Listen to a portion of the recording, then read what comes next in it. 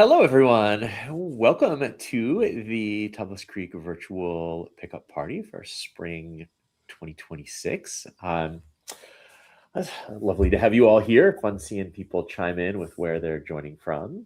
For those of you who don't know me, I am Jason Haas, proprietor and general manager here. I am joined by our director of winemaking, Chelsea Franchi. Hi, Chelsea. Hi, Jason. How are you? So Chelsea is joining from home. I am out at the winery. That means that Chelsea got to take her tasting kit home with her. So we're going to be doing this in a couple different ways, which I'm guessing is probably going to mirror the way that you all are doing this at home, because we do have the tasting kits and we did sell out of those. So there are, I don't know, 100 of those roughly around the country, and we're excited to have you open them. And then we always have lots of people join who just choose to open a bottle from the shipment or just something they have in the cellar. There's really no wrong way to do this. So however you are joining and however you are opening a bottle or a glass or a box of Tablas Creek, welcome. We're thrilled to have you. Chelsea, would you introduce yourself a little bit for people who maybe don't know you? Yeah, I'd be happy to. So my name is Chelsea Franchi, and I've been here working at Tablas Creek since 2007. I started not even in the tasting room. I started as a greeter outside of the tasting room. And when I graduated from Cal Poly, I studied agricultural business and wine and viticulture. And when I graduated, Tablas Creek was kind enough to essentially create a position for me in the cellar. And I've I've been here ever since. So, been working with Neil since 2008. And I don't know, I truly feel like every year it just gets better and better. And I love this company more and more. So, yeah. Awesome. And I saw, Chris, Chelsea has a new title. Those of you who are close observers will have noticed that. We've promoted her to director of winemaking in recognition of just the awesome work that she has been doing. So that happened late last year. Neil Collins, who has been our director of winemaking for ever since we created that position like 15 years ago, and our winemaker for a decade before that, was promoted to director of production, so he can focus on some of the longer term, more vineyard-based projects that he's been working on, kind of a recognition of a shift that's been happening over recent years. So I was texting with him. He's on the road right now. I was texting with him earlier today. He said there was a chance he would pop in for a cameo, so I'm hoping that he does, but if not, we hope that you are in good hands with us. So Chelsea, do you want to explain the Master the World kits a little bit, since you have one to demonstrate? I would love to. These are perhaps just the cutest little kits. I also love a kit. Everything you need just conveniently in one wonderful package. So I've taken my wines out of these, but you can see essentially that it's a library of wines. So this is what they look like when they fit in here. And they're just, great representation. So you can taste just a little splash. You can share it with probably, I would say 2 people, but you can easily share with more than 2 people even. My mom and my mother-in-law at one point tried to share one of these kits and didn't realize until they were most of the way through it that it's a bottle and a half of wine if you finish all 6 of the little bottles, because they're quarter bottles each. So just be aware, those of you who are planning to open all 6 of these, that you probably don't want to finish all 6 of these, even if there's 2 of you there. Yeah, but this is such a cool way to experience the shipment. For people that weren't able to come to the pickup party that we had this last weekend, where we were able to open up all the wines, but we know that Paso Robles is kind of a haul for some of you. So this is a great opportunity for us to do this with you. Cool. And I love seeing all the comments and things that are coming through. These are so much fun when they are interactive. So please, as we're going, toss in whatever comments, thoughts you have, questions you have that you'd like us to answer. Ian Consoli, our director of marketing, is at the switchboard. So he is going to be bringing comments up on screen and questions up on screen throughout the conversation. He's also, if he has a library of pictures, I warned him kind of the outline of what we're going to be talking about. So there will be illustrations for hopefully some of the things that we are going to show you and talk to you about.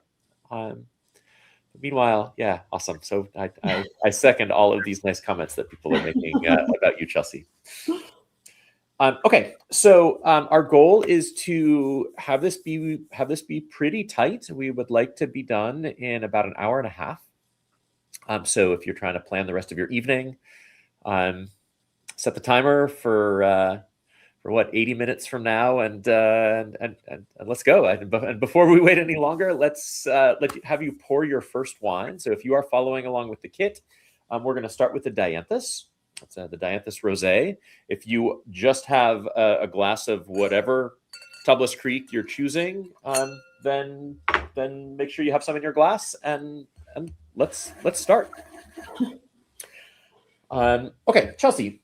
So the Dianthus, we do 2 rosés. The Dianthus is our estate rosé. It's based on Mourvèdre. I'm guessing that people maybe are more familiar with our Patalenda Tubeless rosé, which we make more of and gets into a little bit broader distribution. But can you talk about how we make the Dianthus and how you think of the differentiation between the 2 rosés that we make? I'd love to. I know you said keep it to 80 minutes, and I could just talk 80 minutes about the rosés, but I will try to be more abbreviated. But this is definitely a passion project. So with the Patalon Rosé, that fruit is 80 to 90% direct press, meaning we pick the fruit specifically for the rosé, and it's put directly into the press, and then that juice is just going to rosé. It's not going to anything else. So we are really picking our lots based on numbers that we want just for the rosé. So lower sugars, higher acids. In contrast, the Dianthus is essentially made from basically our finest lots that we have out on our estate. So we're looking at reds. You can kind of see the general breakdown of this. It's based on Mourvèdre, followed by Grenache, and then, Counoise after that. And in the last few years, we have been able to add Senso, which is just like one of the great joys of my life. I'm so excited to have more Senso. But this is kind of, minus the Syrah, this is essentially kind of a snapshot of the breakdown of our Esprit. So what we're looking at is basically these great lots of red wines that we have out in our vineyard. When they come into the cellar, we basically, sort them through, destem them, put them into tank. And then anywhere from 1 to 3 days later, we're going to bleed the juice off, which is a process that we call saigner, which in French means to bleed. So we basically decide, depending on the lot, we'll take anywhere from about 15 to 20% of that juice. So we bleed it off of the bottom of the tank and then put it into a separate tank to ferment. Always stainless steel. We ferment it nice and cold, so we're maintaining that freshness, keeping that vibrancy. And this is a really neat project because it's really the first snapshot we get to see of a vintage. You can see how quickly things are coloring up. It's really your first introduction to the aromatic structure that a lot of these wines are going to be developing as the harvest progresses. And then another thing too is with most of our wines, with all of our estate wines, we harvest everything separately, we ferment everything separately, and then we age everything separately. So then when it comes time to blending, which we're, starting to plan and get our things together for, red and white blending for 2025 in a couple weeks here, all of those lots that we picked separately during harvest, we now have basically like an entire spice arsenal, if you will. So we can really pick and choose exactly where everything is going to go and how it's going to be placed, eventually in a blend.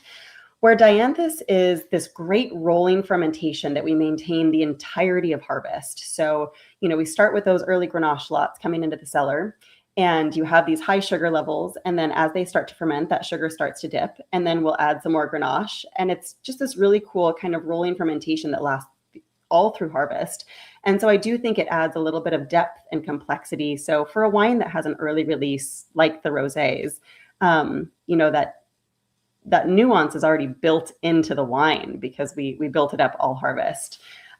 But this is something that, because it's coming from more powerful red lots. It stays on the skins for, that 1 to 3 days. It does have much more structure. It does have more intensity than the Patelon Rosé. So this is definitely a rosé that I would recommend people traditionally enjoy with food, where the Patelon Rosé, that's a great aperitif. You can enjoy it on a sunny afternoon. But this one I think is one of the most versatile wines that we make at Tablas. So this is something that I think has earned a meal to pair with it. Yeah, it is one of my favorite wines to do pairings with at wine dinners. I still remember a pairing that I did with a dinner. No, I didn't do it. Whatever. I got to experience it at Thomas Hill Organics in the early days of Thomas Hill Organics, when Julie was the chef there still, and she paired the dianthus with a Cajun spice rubbed quail with a salted watermelon feta salad.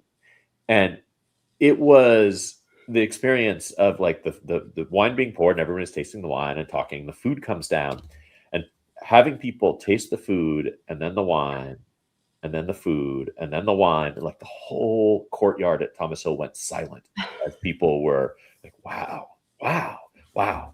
So I think people sometimes think of rosés as these, like the wines to have before you have the serious wines. And this is not a rosé that you need to necessarily consign to that.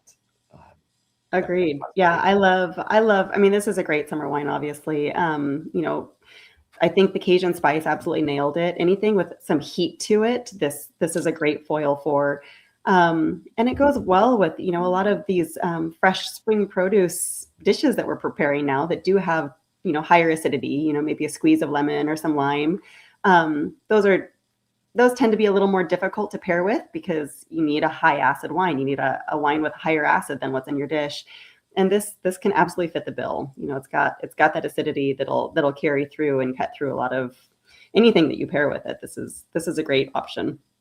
We made fajitas last night, chicken fajitas, and we made margaritas to pair with them. But if I had gone wine, like this would have been my choice. This is a great section option. I think you made the right call. Awesome.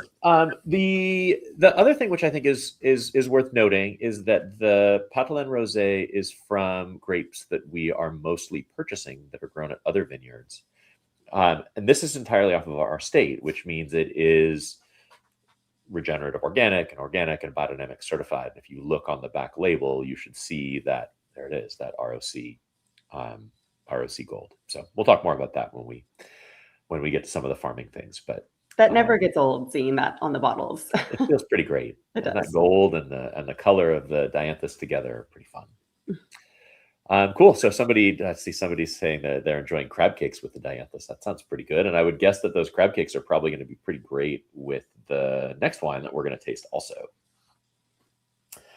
Okay, so I want to talk a little bit about the winter that we're currently in, though. So if you are still enjoying the dianthus, enjoy that. We'll be moving on to the Esprit de Tablas Blanc in just a couple minutes. But I just published a blog, and some of the numbers that I got from the research that I did for it were just mind-blowing. So we have had overall a fairly wet winter. It hasn't felt like it, though, because in between each big rainstorm has been like 3 or 4 weeks of sun and warmth. So we'll get 5 inches of rain and then 3 weeks of sun. 5 inches of rain, 3 weeks of sun. The last real rain we got was in mid-February, and that was also the last time it got really cold. And by the end of February, it had warmed up. We saw bud break the beginning of March, the earliest bud break that we've seen since 2016. And then March was so warm that it would have been the warmest April since we created our weather station back in 1996. It was warmer than the average May over that period. So these numbers are kind of crazy. We have accumulated as much heat on March 31st this year as we did on May 7th last year. So I mean, we are talking about things that we have never seen before. The grapevines are are out. We have seen bud break. Yeah, there you go. We're seeing flower clusters. Like this looks like what you would normally see at the end of April or the beginning of May, not the end of March or beginning of April. Because of all of that water and because of all of the warmth, the cover crops are amazing. It is incredibly green and lush out there. The wildflowers, the areas where we haven't knocked them down, the wildflowers are just unbelievable. I promise there are grapevines in there. That is a picture of our vineyard, even if you can't see them. That's a happy looking vineyard. It is a really happy looking vineyard. And I feel like it's gotten a little golder. I took that maybe a week ago, 10 days ago, maybe, and it's already starting to turn gold, which is a normal thing. It happens at this time of year, but it is pretty kind of a riot of growth. So I don't know, Chelsea, what have you noticed about this winter that we had? What are your take homes about your experience of it? It's interesting because you had come into the lab earlier this week to tell us about this blog that you were writing and these findings. And we weren't necessarily surprised by the numbers because we've been living this reality. But it has been an interesting cycle. The storms really started mid-harvest. I mean, this 2025 harvest, we had kind of in multiple parts because we had to take breaks because of rain cycles that were coming through. And that's really kind of how the rest of the rain season lasted, because it was these stops and starts. And it wasn't necessarily just kind of like a drizzly, wet winter. It was just these big storms that rolled in. And it was just really a winter in three parts for us. We had three major storms. And to your point, it's really interesting because it didn't feel like we got a lot of rain because they were kind of truncated. It wasn't just spread out. But it was a good amount of water. And to your point, it was that deep watering that everything received. So, it really, really saturated the soils deep, deep into the root zones. So I think, it felt like a dry winter. And I'm a skier, so it did feel like a dry winter. But I think the way that we receive the rains and when we receive the rains, I think it's going to be okay. Everything looks really healthy. Everything looks incredibly happy. Aaron and Austin have been doing a wonderful job, with all of the regeneration out in the vineyard. You're showing us the pictures of the wildflowers, and that's not an accident. These are things that they have specifically placed there for micro and macronutrient maximization. So it looks beautiful, but it goes well beyond that. It's doing good work out there. So yeah, I think things are gonna be wonderful as long as we don't get hit by hard frosts. Sarah's point, she just asked a question about frosts. Yes, we are very concerned about frosts. Typically we are worried until about mid-May. That kind of is usually the end of, when we can take a deep breath and we're more or less out of the big frost danger zone. But I woke up this morning and my neighbor's frost fans were going. When I got out to Talbot's Creek, our frost fans were going. Austin said he woke up at 3 a.m. and I think the vineyard was 39 degrees. So he turned them on out of an abundance of caution. But it's a little scary. We're going to white knuckle it for the next couple of weeks for sure. Because everything it's a longer period than normal because the sprouting was so early. We have just a longer wait until we feel like we're safe. So yeah, we're worried, and the impact of a frost would be worse than normal because of how far out things are. The vines have already expended most of the energy that they'd stored up in the winter.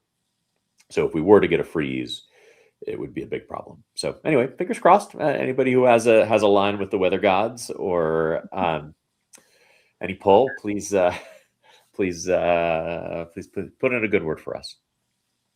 Okay, so let's talk about wine number 2. So this is our Esprit de Table Blanc. This is our flagship white Chateauneuf-du-Pape inspired blend. It's always led by Roussanne. Chelsea, when you think of the Esprit Blanc, or when you think of putting together the Esprit Blanc, you've been in charge of the blending trials that we've done here for the last decade. Like, what for you like what for you is an Esprit Blanc kind of lot? Like what highlights it as being appropriate for this wine? So when we're blending the Esprit Blanc, and for those of you who aren't as familiar with our blending process, basically what we do is, because we have everything separate, all of these lots separate, we go through and taste everything blind. So for instance, we'll know that we're tasting Roussanne, but we don't know which pick or which block or which specific lot we're tasting. And we write notes and then we score everything on a 3-point scale. So one is going to be something that's elegant and lush and it has structure and a decent amount of power. And this is usually a 1 is something that we know we're going to fast track to Esprit Blanc. But this is something that's just full and complete and gorgeous just on its own even. A 2 is usually something that is juicy and has great energy, but it's really lacking that gravity that would push it into a 1 category. It's very friendly, but it just doesn't have that gravity that we're looking for and that hold. And then a 3 is usually something that maybe it's just not finished. It's just something that we need to kind of, dog ear for work later in the cellar. Add some, maybe it is oxidized, maybe it's reduced, maybe it's still sweet. And so we can't really wrap our heads around what it's going to be when it's finished. Or maybe it's something that is just not to the caliber that we're looking for a Talbot's Creek estate wine. And so we can declassify it into Patelon. For the Esprit lots, basically, we go around the table, everybody shares their scores for everything. And many times people will share their notes. And it's interesting because when you start to hear what people are saying about, again, that elegance, that plushness, that beauty, those are always the wines that we're going to mark for Esprit. So this is something, it does need to have all of those, but it still needs to have that energy. The thing about Esprit Blanc for me is it does have that breadth. It is truly the most elegant wine. This is actually the wine that made me want to work at Talbot's Creek. So to be able to craft this wine every vintage is a massive honor and not something that I take lightly. But this also needs to have, that florality. It needs to have that acidity. It needs to have all of these things in balance. So it is a full palate experience. You want it to be really broad on the palate when it enters. And I do want it to narrow at the end into this great bracing acidity that just lingers on your palate for a long, long time. So this is, we do want it to be that full experience. Cool. I think that sort of cabinet of spices, and I totally want to rename my spice cabinet a spice arsenal now, because that would make me smile every time I saw it. But so I think Roussanne is amazing for its depth and richness and ageability and power and texture.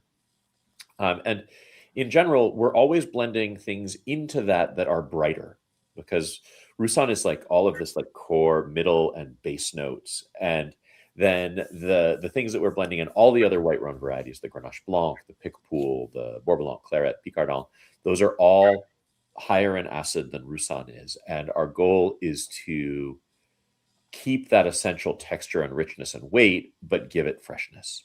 So I love the way that this came out. And it is a little brighter than I feel like maybe some older vintages were, and there are a couple of reasons for that. One is that we now have some grape varieties available that we did not have in earlier years of Talbot's Creek. So this has all 6 of the Chateauneuf white grapes in it. It's got not just Roussanne, Grenache Blanc, and Picpoul, but it's got Bourbon, it's got Picardon, it's got Claret Blanche. And in fact, it has all of the Bourbon and all of the Claret and all of the Picardon. I actually got all of all 3 of those, didn't it, in 2024? We didn't make a varietal of any of those. So so those were not available to us a decade ago. The other thing, we were sort of led in this direction by a couple of recent vintages where our Roussanne was pretty scarce. It happened in 2020. It happened again in 2022. And we could not use that much Roussanne in this blend. We were using all of our Roussanne, and it was still only 35, 40, 45%. And we realized when we were tasting these blends where we had a higher percentage of some of the fresher grapes in the blend, that we actually really loved it. that for this wine, where we want it to be something that people can lay down and age, but we also want it to be something that people can order at a restaurant in a month and it will be glorious, that this is a great fit. Finally, in 2024, we were able to differentiate this by having it be a slightly brighter profile, because we have a new wine. That's funny. Yes, it was cold when we were blending that year. That's true. We put the Yule log channel on the big display. But in 2024, we were able for the first time to wrap our heads around a new white blend, a white version of our Panoply, which we are calling Panoply Blanc. And this will be released in the fall. That's also why, if you're wondering, if you've been a wine club member for a long time and you're used to getting the Esprit Blanc in the fall, we moved it to a spring release so that we could release the Panoply Blanc in the fall. We felt like the Panoply Blanc would benefit from a little bit longer in bottle before we released it. And so that's going to be a fall release going forwards, and the Esprit Blanc is going to be a spring release.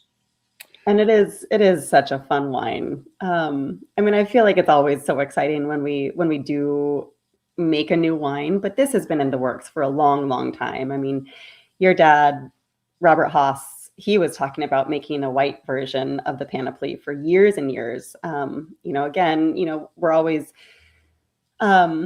looking to Beaucastel in certain regards, and paying homage to the way that, they structure their wines. And they've had the Vin for so long that is just one of the great wines of the world, truly. And this is kind of our effort. I mean, obviously that's Roussanne, but this is, I think, mostly Roussanne. Yeah, this is mostly Roussanne, and it does have that depth. It does have that intensity. And this is a very special wine. And white wines are so much fun to drink because, I was talking to you about, I would love to do a white wine blending because we do the blending seminar every year. We always do reds, but the white wines are so much fun to blend because the personalities, they are so diverse and so interesting. And it is a little bit easier to taste them because you don't get bound by tannins after tasting for a long time. So if you're not as used to blending, but the Panoply Blanc is just something that I think will stick with us for a long, long time. Just, after that last sip, you can't wait for the next bottle. Awesome. Yeah, I'm happy that everybody in the comments seems excited about this Panoply Blanc because I am super excited about it. So, and it's important for us that every wine that we make have a reason to exist and have its own personality. We don't ever want we don't want the Esprit Blanc to be a lesser version of the Panoply Blanc, nor do we want to just try to make Esprit Blanc but better into the Panoply Blanc. We want it to have its own idea. So leaning heavier into Roussanne, having it be a little deeper, having it be that kind of softer, super luscious profile, and then having the Esprit Blanc be a little brighter, still have that core Roussanne weight, but have it be more about that brightness, a little more tropicality. I think is going to be really fun, and can't wait to share that with everybody in the fall. Yeah, I think, with the Panoply Blanc, that is certainly going to be one of those special occasion wines because where I think the structure that really holds up the Esprit Blanc is the acidity. And I think the structure that holds up the Panoply Blanc is like a spiciness that we have and kind of that baking spice character. So, they both have very different personalities and very different reasons for being. Cool. Okay, a couple questions that we should answer. So Brian asked about Claret Blanche varietal bottle this year. So there was no Claret Blanche varietal bottling from 2024. I think there is a very good chance that we will have one from 2025. We got a new Claret block into production in 2025. We had something like 3 times the harvest of Claret in 25 that we had in 24. So I have high hopes. We have not done the blending yet, so I can't promise for sure. Our rule is always that if Panoply or Esprit wants something, it gets it. So we'll see. But I think there's a very good chance that there will be Claret bottled from the 2025 vintage. And then Nancy asked a question about what the aging is on the Esprit. So I'm assuming that she meant aging in the cellar, though she might also mean how will this age in the future. So maybe Chelsea, do you want to talk about how it's made in the cellar, and then I'll take the second half of the question? Yeah, so all the individual pieces, typically the individual component lots that we choose for the Esprit Blanc, those are usually the lots that have been barrel aged. We don't buy a lot of new oak for our cellar program, but the barrels that we do use typically go to the Syrah program for the reds and then Roussan for the white wines. Um, Roussan, because it is a little bit higher pH, it does tend to be a little bit more broad without as much like structure and acidity. It does handle that oak really, really well. And again, it helps to provide some of that structure and back end. So we do have a little new oak that we are able to play with in the Esprit. And because we do make a decent amount of Esprit Blanc, a couple barrels doesn't make it oaky. You're not going to pick up a ton of oak influence on this wine, but there is just a little whisper of, that sweet vanilla character lending itself to the wine. So we blend all of the components, and then typically once they're all blended, then we put them into our neutral oak foudre for aging. And so we have, the large wooden vessels that do allow that oxygen exchange without lending really any oak influence to the wines. And so it'll stay in those foudre, close to a year because the wines are harvested. So this was harvested in, fall of 2024, and then it doesn't get bottled until December the following year. So this went into bottle last December. So it does have a long, long time to sit together, all blended, as a whole entity. So all the different parts and pieces can kind of, meld together and kind of knock off that baby fat a little bit and just become much more mature. And instead of being piecey and compartmentalized, it is just a full experience.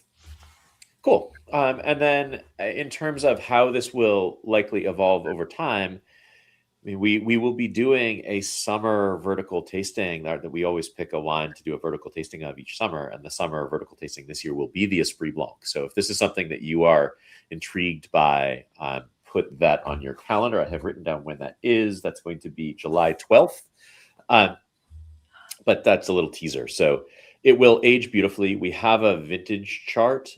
I know I had asked Ian to have that ready kind of late in the program. I don't know if he can find it and pull it up, but we do a vintage chart on our website that, man, that's fast. That gives our assessment of how every bottle is drinking. So you can see the Esprit de Beaucastel / Tablas red at the top there.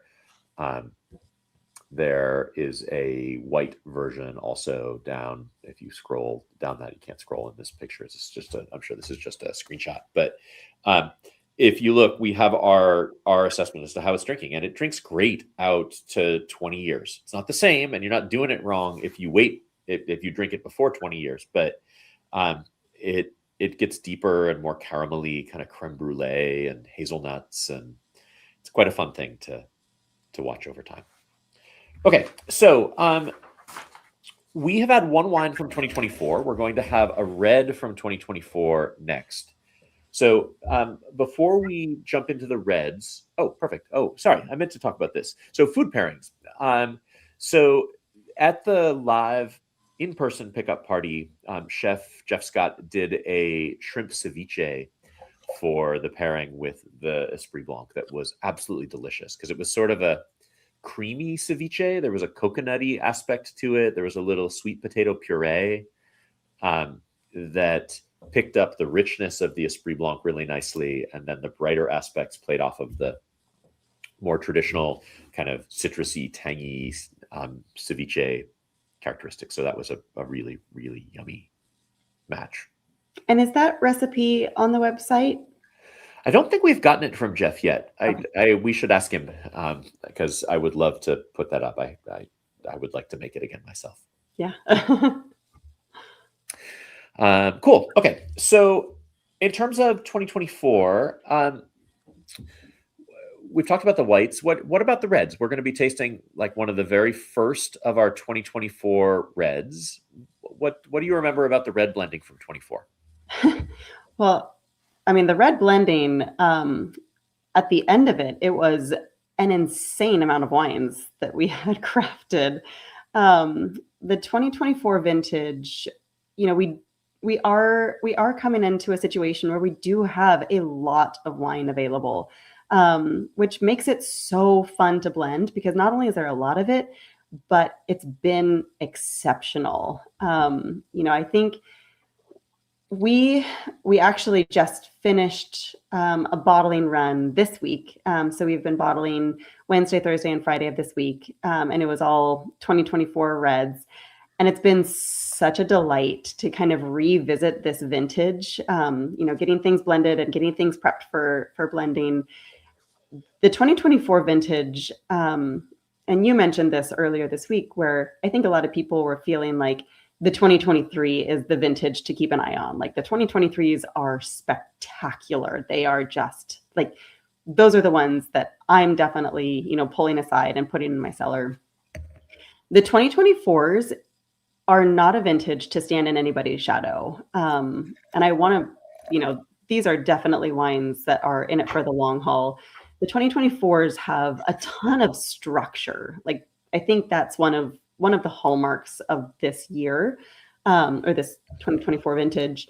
They're powerful, they're intense, they've got this inkiness to them, but it's all balanced by this gorgeous, luscious floral fruit.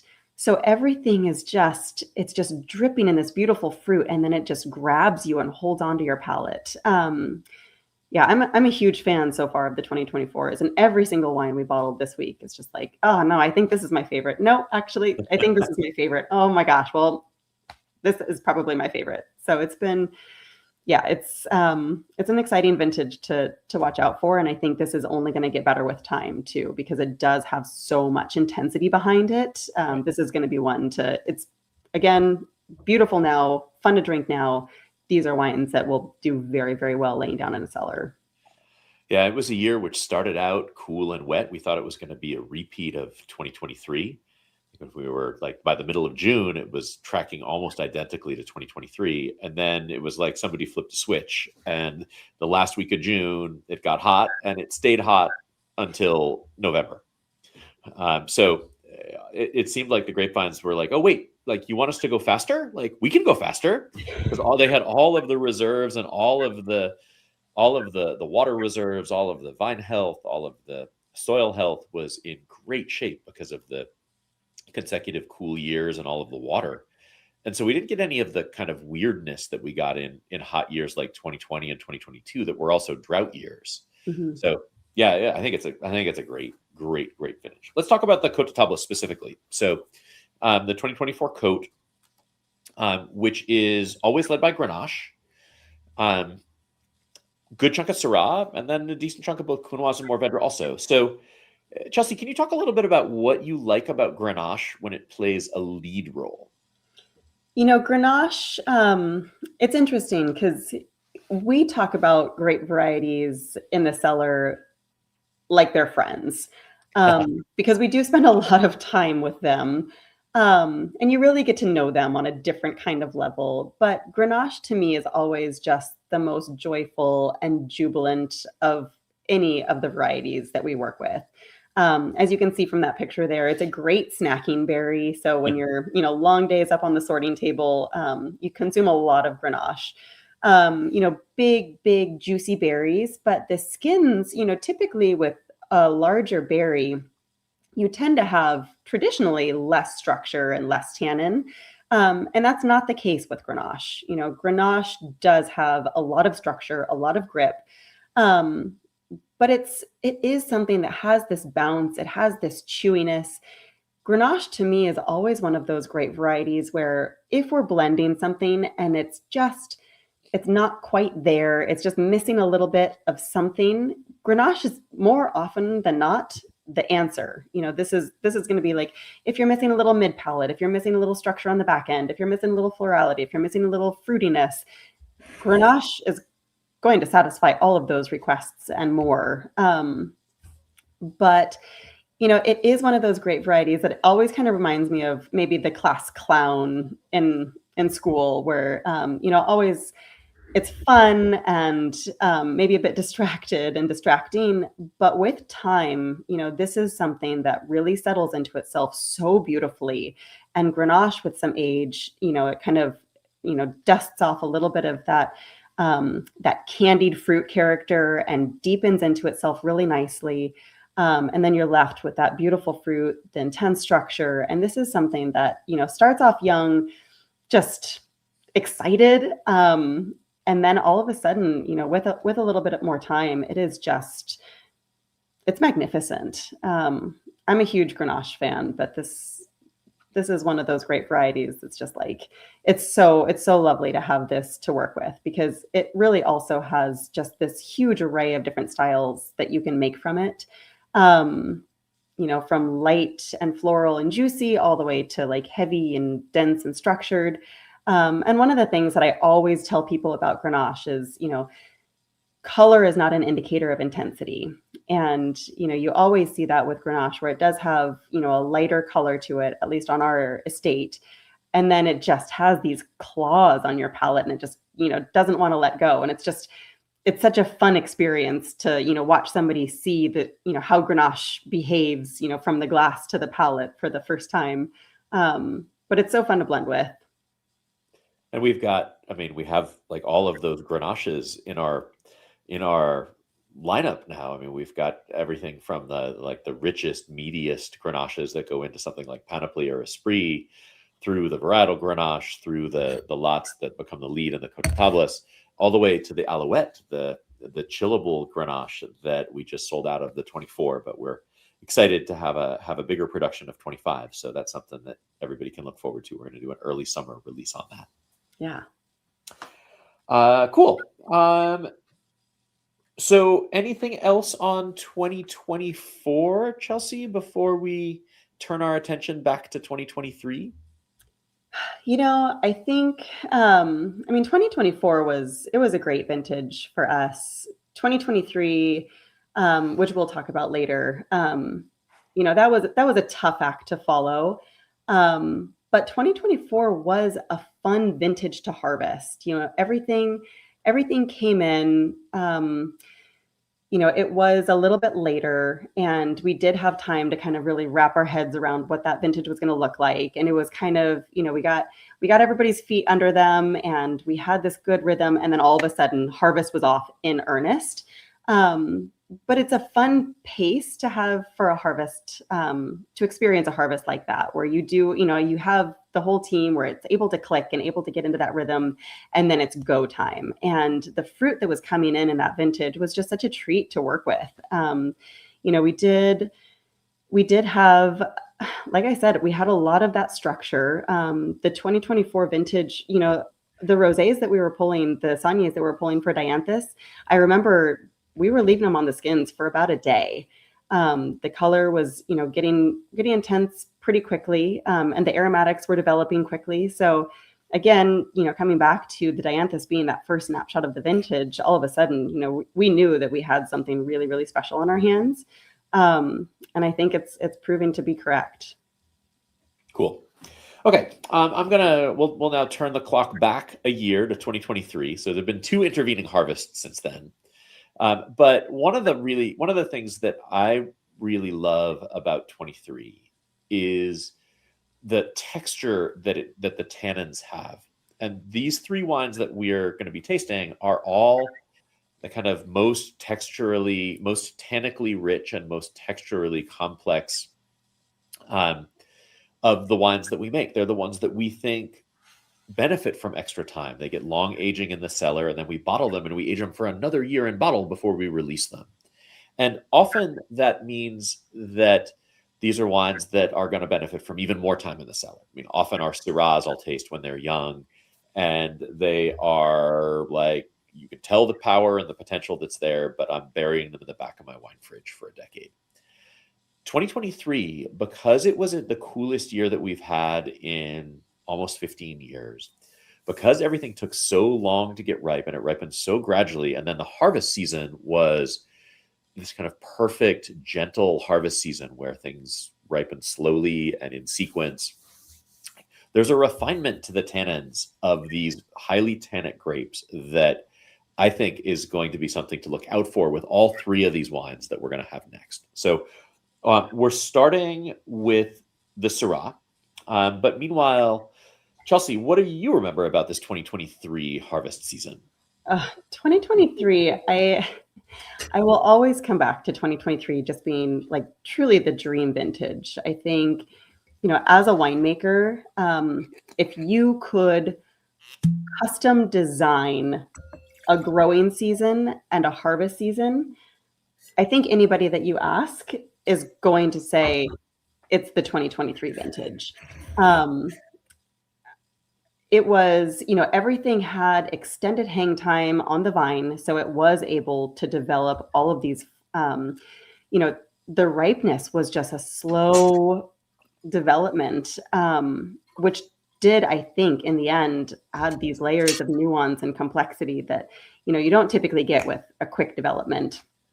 And it's really kind of the same idea as why we like to do nice, slow native yeast ferments, where, the longer it takes to get something through, the more layers, the more nuance, the more complexity you're going to get for the finished product. So with that extended hang time that all of the grapes experienced in 2023, everything that came into our cellar was just of exceptional quality. It was one of those years where everything that we harvested, we run wet chemistry really the day after, for reds at least, the day after everything's picked. And it was almost like a joke because every lot that we ran was just like hitting textbook numbers for every single lot. And it was just like, I don't really know what I'm here for. Like, my job is being done for me. It was not just the beauty of the fruit and the quality of the fruit that we experienced, but it was also the pacing of everything. Everything came in just metered and, it was very polite. The fruit just gave us plenty of time to, press off a tank, ferment it with plenty of time. The health of the vineyard was good, so the fermentations were easy and straightforward. And then we had plenty of time to ferment everything, press it off, empty the tank, and then the next lot would come in. And that's not the case with most vintages. And then the other thing is, too, we had a good amount of fruit from 2023. So It was a lot of fruit, and it was all exceptional. That was, really, if you just have, these checklists of everything that you could ask for in a vintage, it really, didn't just check all the boxes, it colored all of them in. Yeah, it was such a lovely vintage. We didn't finish harvesting until the 13th of November.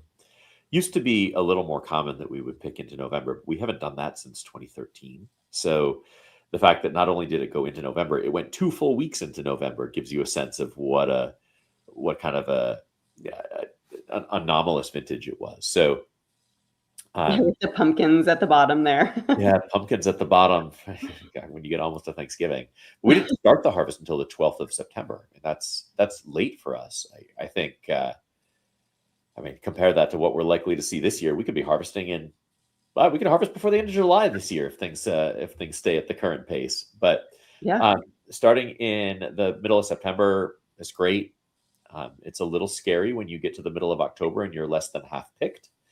Because you could start to get some wet weather, but we didn't. We had this sort of glorious Indian summer at the end of the growing season, and we're able to bring stuff in good shape. So really, I think Chelsea nailed it by saying it's like the vintage that you would design if you were given the power to just say, I want the vintage to be like this. Okay, so that is probably a little hard to see. But if you see the dashed line, not quite at the bottom 2 lines. The bottom 2 lines are 2010 and 2011 that were extraordinarily cool.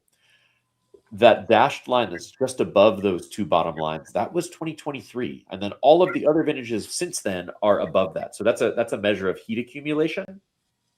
So you can see how gradual that heat accumulation was, which is great. Again, if you can design it, that's terrific. Is there Who edited this? 100% Syrah, 100% estate grown. Totally is 100% love. I think Syrah doesn't get enough credit for being a lover. It's so dark and it's kind of suave um, and in this vintage it's dark, but it's also kind of smooth and refined. Um, there's a question that we get, yeah, perfect, about the difference between the growing season and the wine for the estate Syrah versus the Shake Ridge Syrah. Chelsea, do you want to take that? Yeah, super cool question. And we actually, the Shake Ridge Syrah 2024 was one of the wines that we bottled today, actually. But the Shake Ridge Syrah is, it's grown up in Amador County by Anne Kramer, who is very well known throughout the industry. She's kind of, a viticultural icon. But her property up there, she has a lot of, very different growing conditions than we have. Higher altitude. She has a lot of like really cool rose quartz in her vineyard. But it is a very different expression of Syrah than we have. The Shake Ridge Syrah that we've been producing, I do think has a little more of that like butterscotch and caramel depth to it already. It has this great saltiness, which ours always has a nice salinity too, but hers has kind of that like brown butter, like brown salted sweet cream butter character to it that just adds this cloak around it. I think ours has perhaps a little bit more high toned acidity, a little bit more vibrancy. Two very different expressions of Syrah that are both very legitimate expressions of the grape variety. But I think it totally depends on, how you're pairing that Syrah in a given scenario. Her Syrah is a real treat for us to work with, and we've been working with it for a couple of years now. But it does have a little bit more of that softness to it. That's great.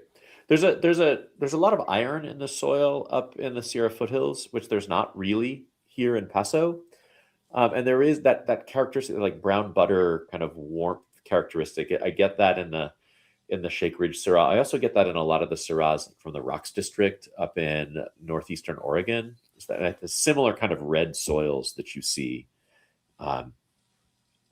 It's a cool terroir, and it's really fun for us to get a chance to play with both. And that's really the appeal for us of the Lignée de Tables program. It's we get to explore how the same vine material does in these other terroirs.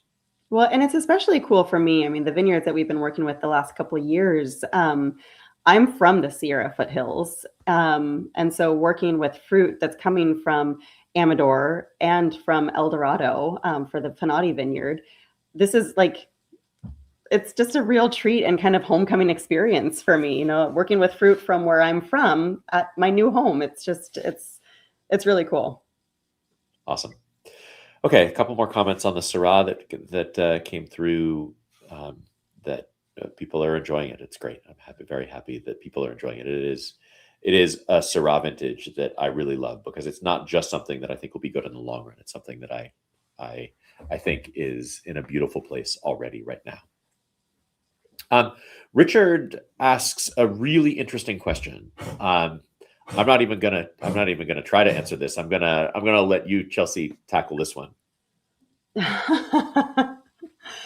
Richard, that is an excellent question. I think we put a lot of pressure on ourselves, no matter what vintage we're given, and there is a lot of trust put into the process. And I'm talking about the entire process. So all the work that's gone on the whole year, the entire growing season by an exceptional team. I think we have a lot of benefits to where we are and the people that we work with, that everybody is so passionate and does put a lot into everything that they do, not just during harvest, but the entire year.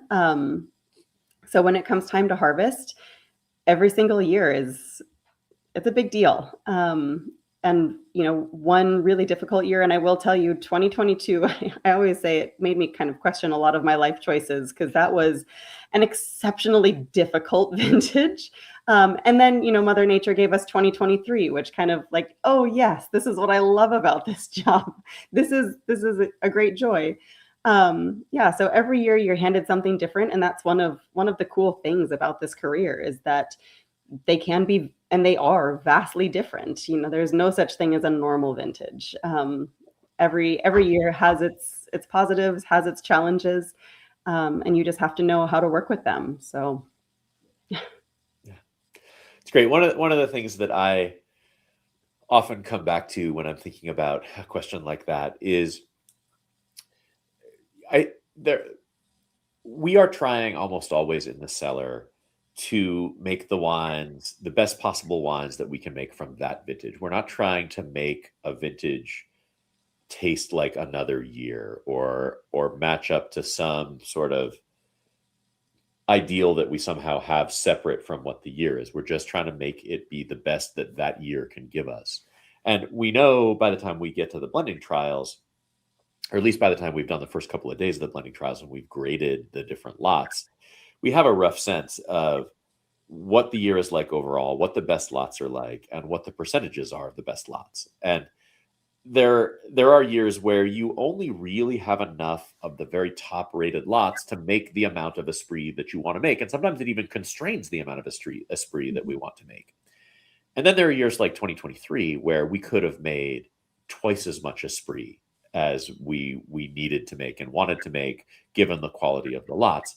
And so, like, there weren't really a lot of bad choices we could make. And I come back to that. Like, if you have amazing Syrah and amazing Grenache and amazing Mourvedre and really high quality trace varieties, like, well, almost no matter how you put them together, they're going to be terrific. Like, so it's really just a question of what personality characteristics do we really want to highlight from this vintage, but not having to have it match up to this, like, somehow, like, vintage abstract idea.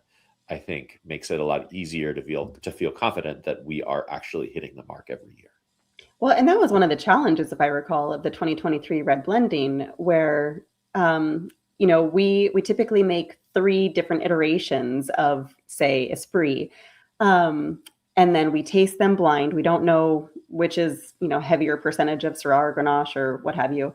And everybody tastes them blind and then scores them their first choice, second choice, third choice. And the 2023 red blending was challenging because everybody liked different wines. And then you kind of had to advocate why you liked it so much, because it was just like a mishmash of scores where, in more challenging years, there are, sometimes some very clear winners. And so everybody kind of says, no, this is without a doubt the strongest of the wines.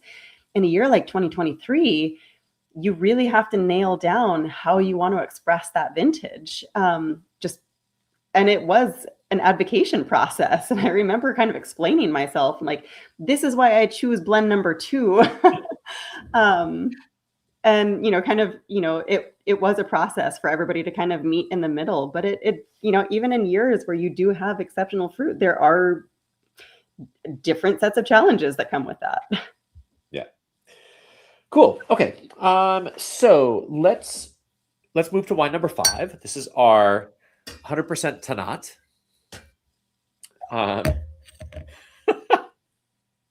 Okay. So I don't remember that 3%. Yeah, the 3% Cabernet we remember. The 3% Craig Ham, I feel like he's probably more than 3% this wine, but he is. Well, and I do think this is also worth talking about. We're talking about the changes in titles and the promotions. And I do think it's really, really important, because it's outrageously exciting that Craig Ham, who has been working in the cellar for a very long time, and has an insane amount of knowledge about this property and the cellar, he is now the winemaker at Topless Creek, which I did cry when I found out that was his new title, because it is extremely exciting. And I think, I've been working with Neil, I've been working with Craig, both for a long, long time. And it feels very good right now. Yeah, it's great. It's great. It's great. It's great. It's awfully nice to be able to promote two people who have a combined 35 years of experience in the cellar already in two roles that where the titles are befitting of the levels of responsibility and the quality of the work that they've been doing. So, okay, so I should talk a little bit about Tanat because I am guessing that well, there are people who have been longtime Topless Creek fans who I'm sure are like, oh, of course, Topless Creek makes Tanat. That makes sense. Really, if you know that we are a Chateauneuf du Pape inspired winery, you could legitimately wonder what on earth we are doing with this grape, which has nothing to do with Chateauneuf du Pape. It's from an entirely different part of France. It's from southwestern France, not southeastern or south middle France. It is not related to any of the Rhone grape varieties. It is more closely related to grapes like Cabernet. And the reason that we have it is that there was a guy in France who decided that we should. And it was not the parents. When we worked out the grapes that we wanted to bring into the country, we had decided on 8 varieties, 4 reds, 4 whites, all from the Beaucastel estate. They turned this request over to the guy who ran, up until just a couple of years ago, the nursery that they had supplied with vines in Montpellier. 10 grape varieties showed up. The 8 that we had agreed on, and 2 extras. One of them was Vermentino, and the other was Tanat. And it took us months to untangle what had happened. We thought at first that the U.S. Department of Agriculture was billing us for somebody else's grapevines. And then when we were told that they had come with all of the other French vines and we needed to take it up with the French, my dad called the parents and said, "You didn't send us Tanat and Vermentino, did you?" And their response was, "Why would we have done that? We don't grow those grape varieties." So it took months for my dad to figure out what had happened and track it back to this guy, this nursery manager in Montpellier. And I guess when he talked to him, he was totally unapologetic, like no recognition that this was sort of a presumption. He said, "Yes, I know these grape varieties. I've been learning about Paso Robles. You should plant them. They'll do well for you." So, like, I think once my dad picked his jaw up off the floor and did a little bit of research into these grapes, he decided that, like, maybe this guy was right, that they should, at the very least, grow well in Paso Robles. And they are 2 of the easiest varieties in the vineyard in terms of how much work they are and the amount of productivity that you get, like as a ratio to the amount of work you have to do to baby them. And so we made a little bit every year, a little bit of both of them every year since 2002. So now we have become known as kind of the, I don't know, like kind of the godfathers of Tanat in California, which is like hilarious and ridiculous and fun. But yeah, so anyway, Tanat. There was a question about the little bit of Cabernet that's in here. So the Cabernet is another piece of the story here. We have 0 estate blocks of Cab. We have 2 rows of Cabernet in our nursery. And that was from an era when we'd brought our grapevines in. We had tried to make the nursery into a commercial venture.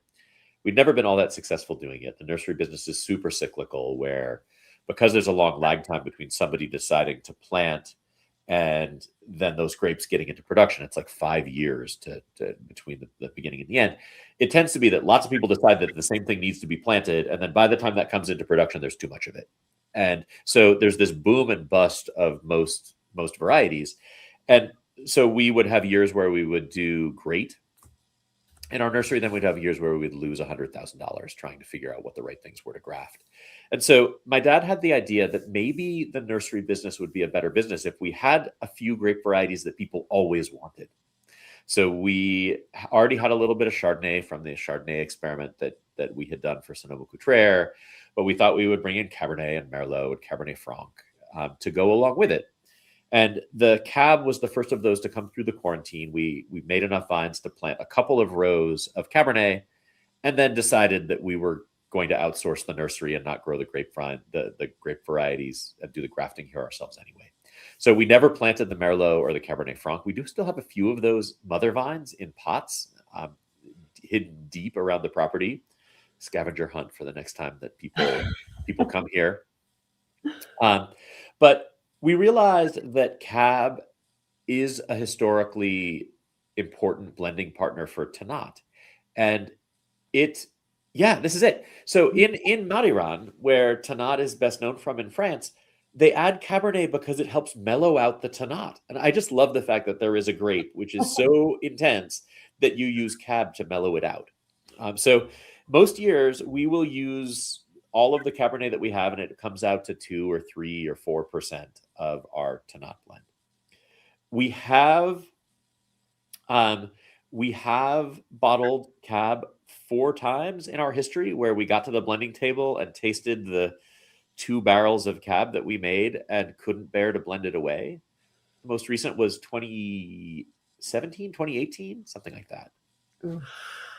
I don't remember the last time we did. It's been a while. It's been a while. Yeah, but there are years where we say absolutely not. We need to show this on its own, even if it is the most we've had is 4 barrels.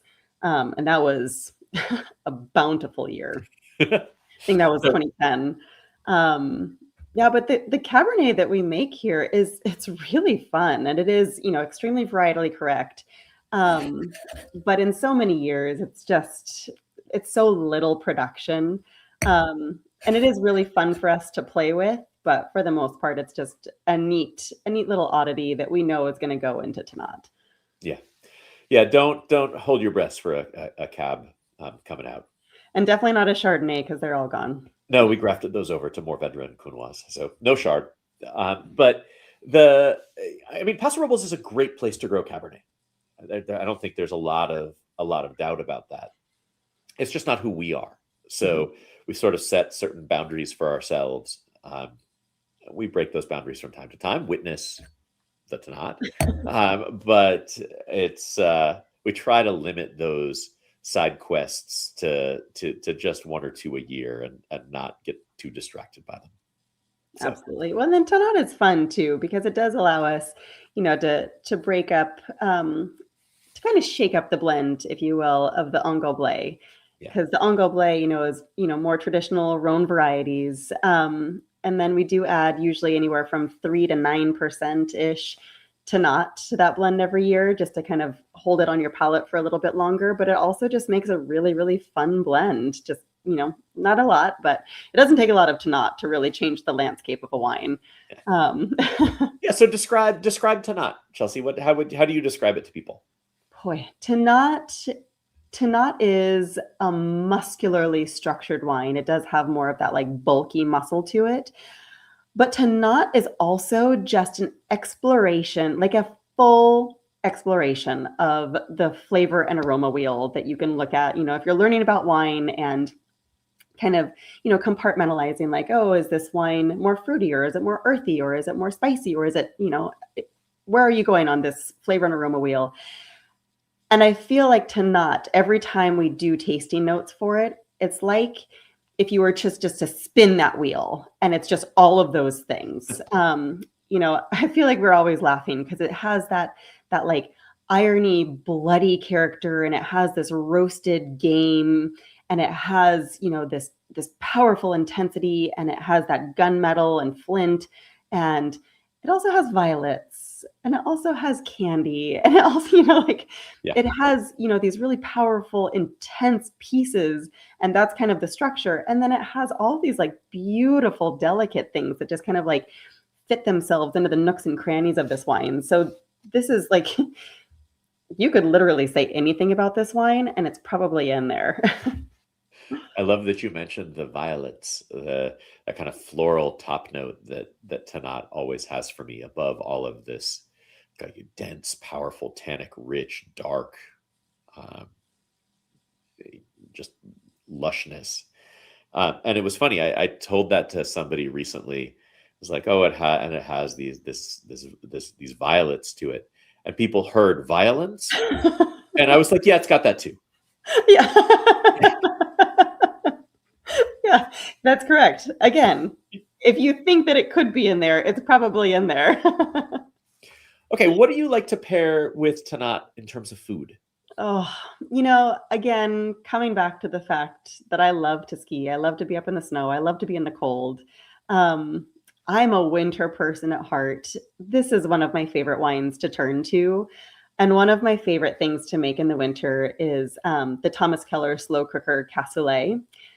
And this is just always an excellent pairing with that. You have the buttery character from the beans. You have the saltiness of the bacon, and then you also have like that fatty I oiliness. think Chelsea, we have a little bit of a connection issue, I think, with Chelsea. Oh, Um, I don't know, Chelsea, if you can hear us, but we lost you for most of that answer of the food pairing side of things.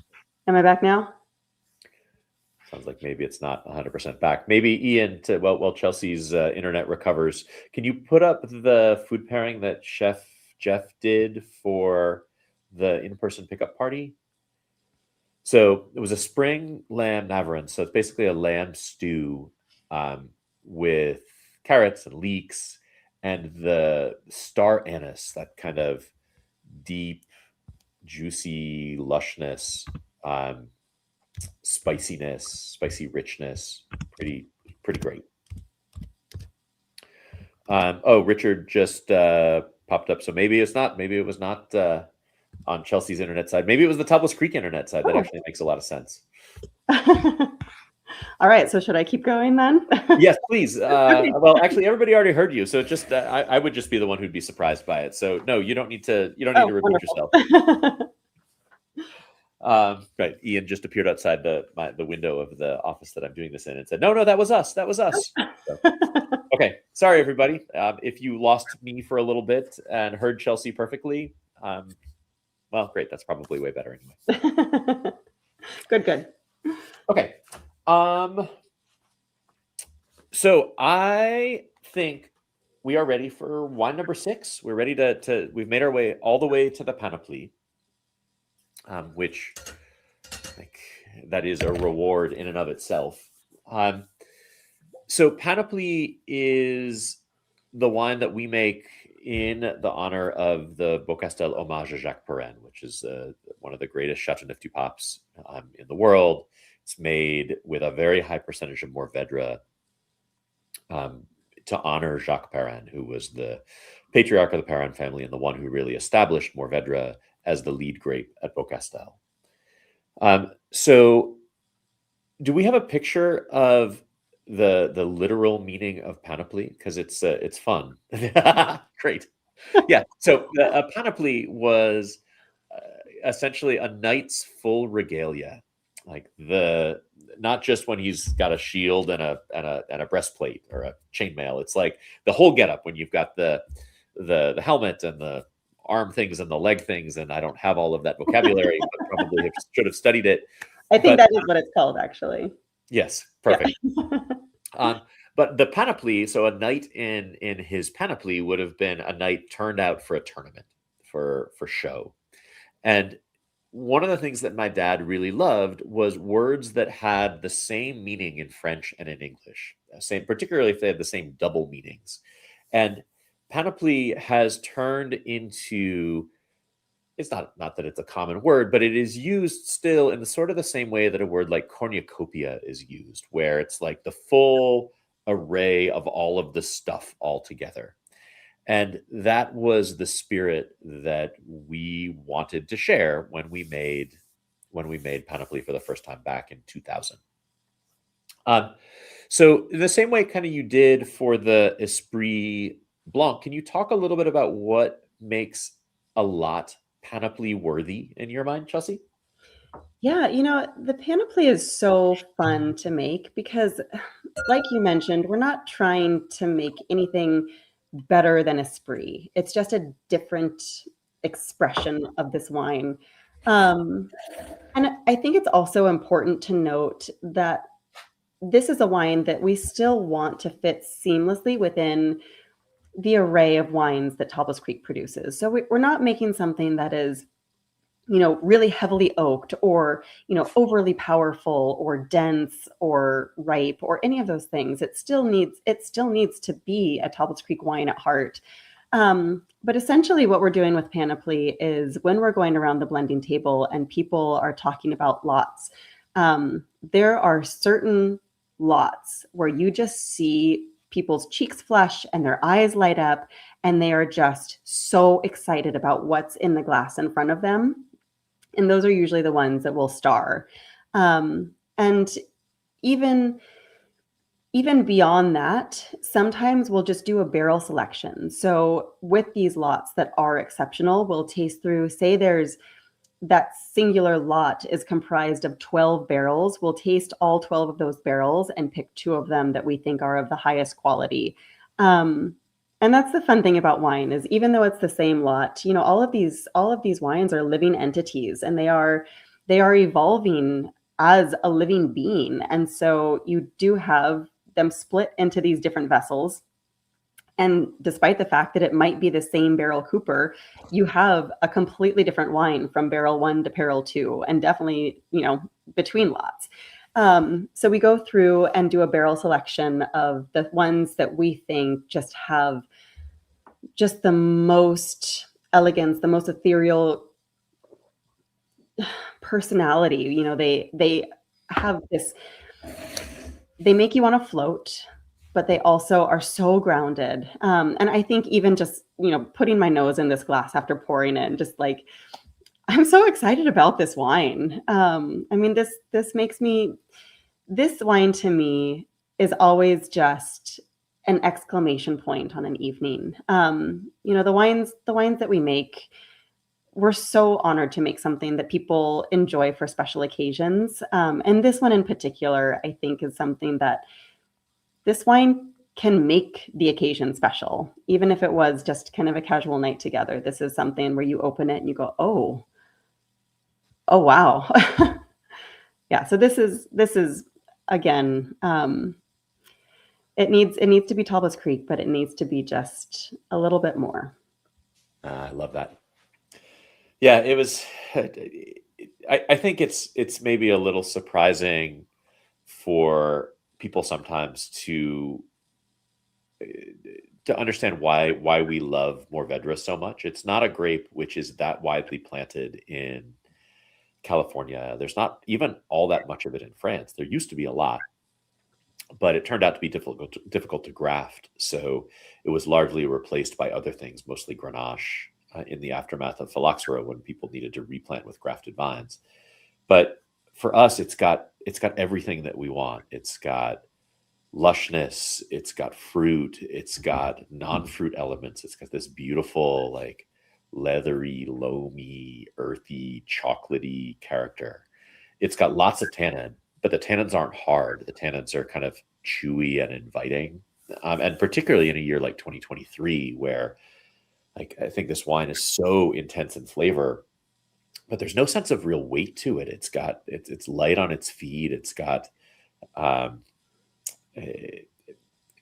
texture. It's got richness, but there's no heaviness. I don't know. I love it. I was super excited, given that it's not the biggest and the most, like, bruising of the wines. I was super excited that it got the highest score of any of the wines in the Paso Robles report that the Robert Parker Wine Advocate came out with late last year. And, like, that's awfully cool. And it's fun to know that was amidst all of the competition of all of these wines that might be 2% higher in alcohol than this one is, that this one got highlighted as kind of like the best that the region can do, which was so exciting for us. It is so exciting. Well, and you can even see it here too, because the preceding wines, the Syrah and the Tannat, are structurally so big, and they do have a lot of fruit to them. And this wine just, this does perfectly well after those, like you said, big bruising wines. Cool. Okay, a couple of comments of the Panoply. I saw Ian already put a few of them up. There was depth and complexity, absolutely. I do think that this is a wine that will go 20, 25, 30 years easily. But I also, a little bit like I said with the Syrah, I do not think that you're doing it wrong if you open one of these wines in the next few years. It is so good right now that, I don't think you need to I don't think you need to age it in order to have it be at its best. I think it's going to be great for a long time. And if you are interested in how these wines age, we did a vertical tasting of the Panoply a few years back. I think it was 2009. We did it for the public in sort of celebration of our 30th anniversary. So we'll do it again. Maybe it's our 40th anniversary. We'll do it again. I But can't wait. yeah, seriously, the date, we'll do it. But if you are interested, there is a blog where I wrote that up. I don't know, Ian, maybe you can stick the link to that Panoply vertical tasting blog in the chat for people. So it's so they have it if they want to know how this is going to age over time. And obviously, the vintage chart is our assessment of how everything is drinking right now. So it's not a prediction of what it's going to be. It's an assessment of where it is now. Cool. Okay, there looks like there's a couple more questions that have come in. So Richard asking about the decision to use more Syrah than Grenache in this blend is a really interesting one, and that's one of the ones that I don't think that I would have predicted. You don't know when you're doing your blind tastings which blend is going to end up being the one that you like the best. It was not a decision to use more Syrah than Grenache. It was, we tried one with more Syrah than Grenache. We tried one with more Grenache than Syrah. And we tried one where we put them both kind of equal, but raised the amount of Mourvèdre. And our favorite pretty universally was the one where we leaned heavier into that Syrah. I don't know why that is. I agree that Grenache in 23 was incredible, but I think sometimes you don't know the way, it's sort of alchemy, the way that different things come together. I don't know. How would you answer that, Chelsea? I mean, well, the Grenache in 2023 was magnificent, but so was everything else. So, it's not necessarily a zero-sum game with vintages like that. Just because the Grenache was so good doesn't mean that the Mourvèdre and the Syrah were weaker. It was just one of those vintages where everything we had was of exceptional quality. Yeah, and that was that vintage that we were talking about, where there are certain challenges where you do have so many good pieces and parts at your disposal and at your discretion. And that was just the way it shook out that year. And that's why we taste things the way we do, and why we have so many varied personalities with varied backgrounds and experiences at the blending table. Because I do think, for all the sometimes maybe loving argument, and sometimes strife, because everybody has, the wine that they like the best, and that's clearly the best one. In the end, we do talk it out until we all agree that, this is the direction that we need to go. And I think that's a process that it really works for us. For sure. Okay, Nancy asked if we've ever done a Tannat without cab. Yes, we have. In the years where we decided to bottle a cab, the Tannat was without Cabernet. I don't know. Chelsea, do you feel like you can taste a difference in the Tannats that have no cab versus the ones that have 3% cab? I don't think. I think if I was really put to the test, I don't think I would be able to. But I mean, that's not me. That's not me throwing shade. I don't think I would. So yeah, but I do think there is, like, we love to blend our wines.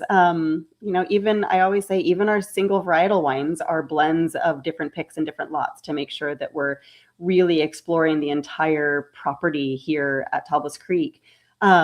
And making sure that we are able to build, a varietally correct expression of what we want to showcase. Yeah, so I think blending, it is going to add more complexity and just a little bit more depth. So I think it benefits from it. But whether or not I could tell you just by blind tasting which vintages, I don't think I'm that good. Cool. And then a couple of other just nice comments. So thank you, Scott. Thank you, Chris. And Chris, I totally agree. My dad used to say the same thing. He used to say that he thought that the idea that a wine that was out of balance would become balanced with time was usually a fiction. It just didn't work that way. So, Yep, agreed.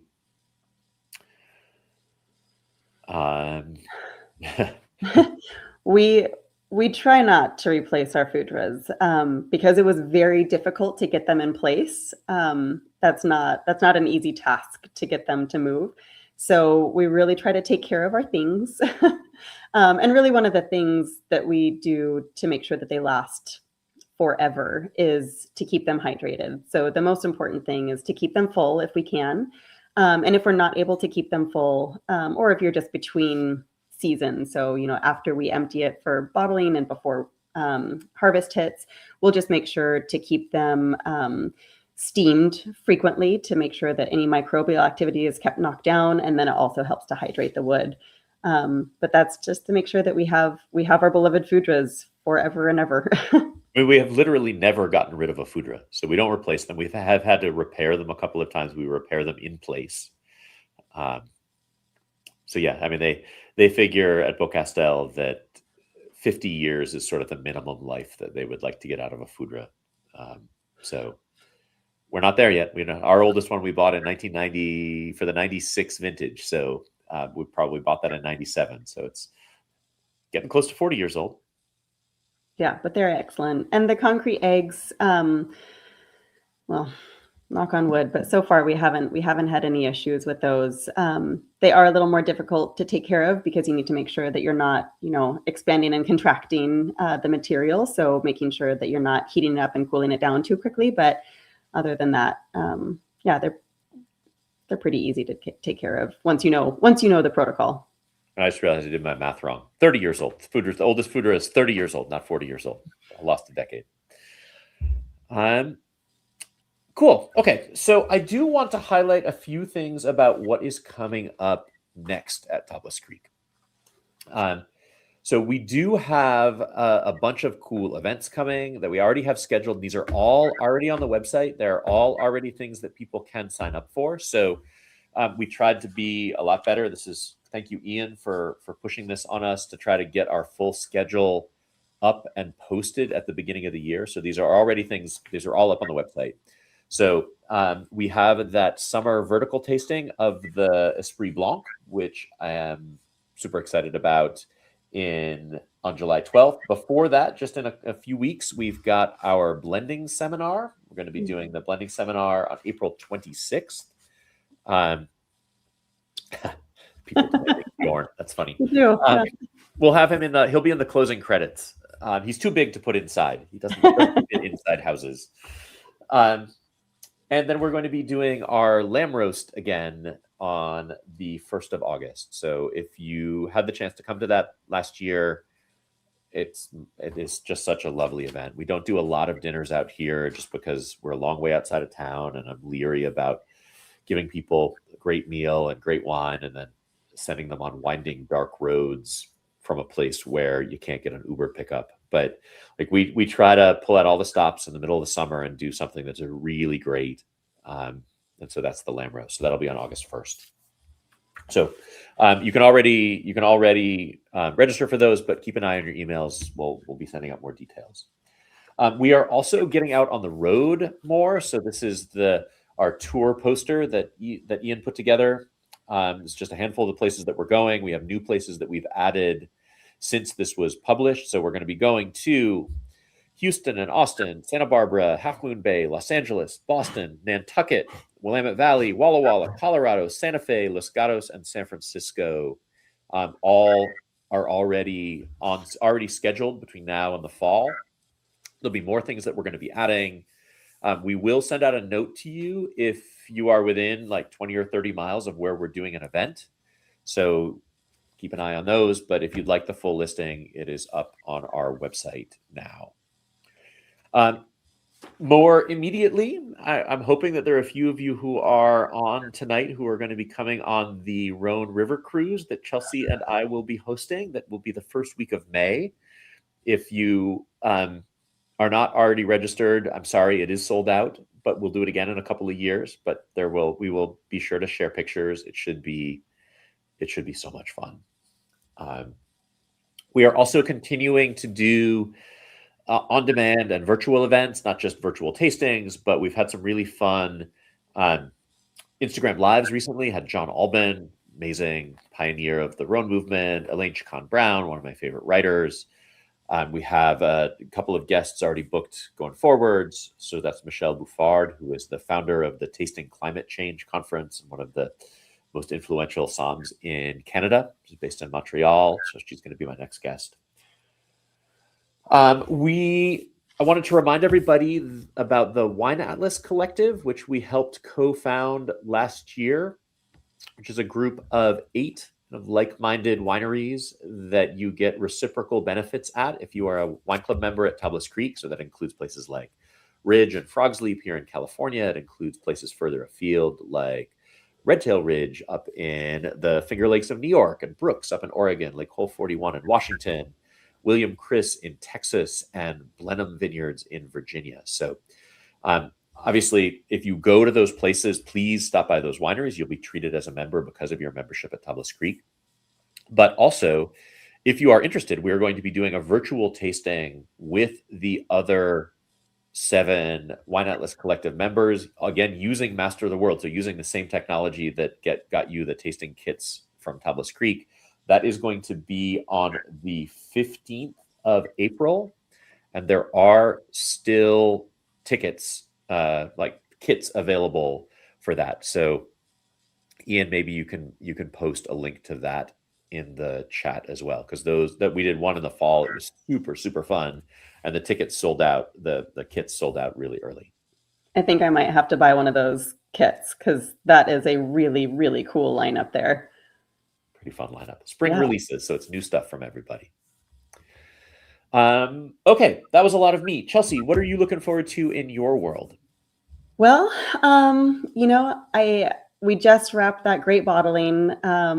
I'm looking forward to releasing those to all of you guys and seeing what your thoughts are. And hopefully you feel as passionately about the quality of these wines as we have been. We've got some really cool stuff coming up. The blending, we've got the Perrins coming to help us with blending, which is always just an enormous treat. It's always so stressful when they come because you're presenting all of your hard work for the entire year. And then when they're leaving, we're just like, no, please don't go. This has been such great fun. But really kind of doing a deep dive into, the reds and the whites from the 2025 vintage and sitting down and seeing all of the hard work that we put into it. I'm really looking forward to that. I'm really looking forward to the cruise. There's a great many things, and that's just in the next couple of weeks. But we've got eyes on the prize too. The flowering going on in the vineyard. It's the fresh beginning and the beginning of the next cycle. So there's a lot to be excited and grateful for right now. Awesome. You looking forward to a July start to harvest? Well, I mean, if it's a July start, chances are it'll be an early finish too. So awesome. Cool. So everybody who joined, thank you so much for taking the time to join us on a Friday evening. We're grateful for your support, your interest, the great questions and comments. I think this is maybe the best, most interactive, most comments that we've gotten in any of these. So thank you. Thank you everybody who tossed in some thoughts. Yeah. Chelsea, any final words? I think, my final words are really, I feel very lucky to be part, not just of Tablas Creek, but everything that surrounds it. So, the interaction that we're seeing on this online forum, which is hard to have the interaction, but it's the people that make Tablas Creek. And I'm not just talking about the people that I get to work with, but the wine club members that I get to see, when they come out to the tasting room or when we go on the cruise, the relationships that we build. I've been here for a long time, so I have gotten to know a lot of you either in person or, virtually. And it's a really special community that you have all helped us to foster and create. And it's a huge honor. So thank you. Amazing. I don't have anything really more to add. I don't think I can be any more eloquent than that. So on behalf of Chelsea, on behalf of Neil, Ian behind the controls, all the rest of us at Tablas Creek, thank you. We're grateful to have you as a part of the Tablas Creek family, and it would not be a family without you. So cheers. Happy spring, everybody. Happy spring.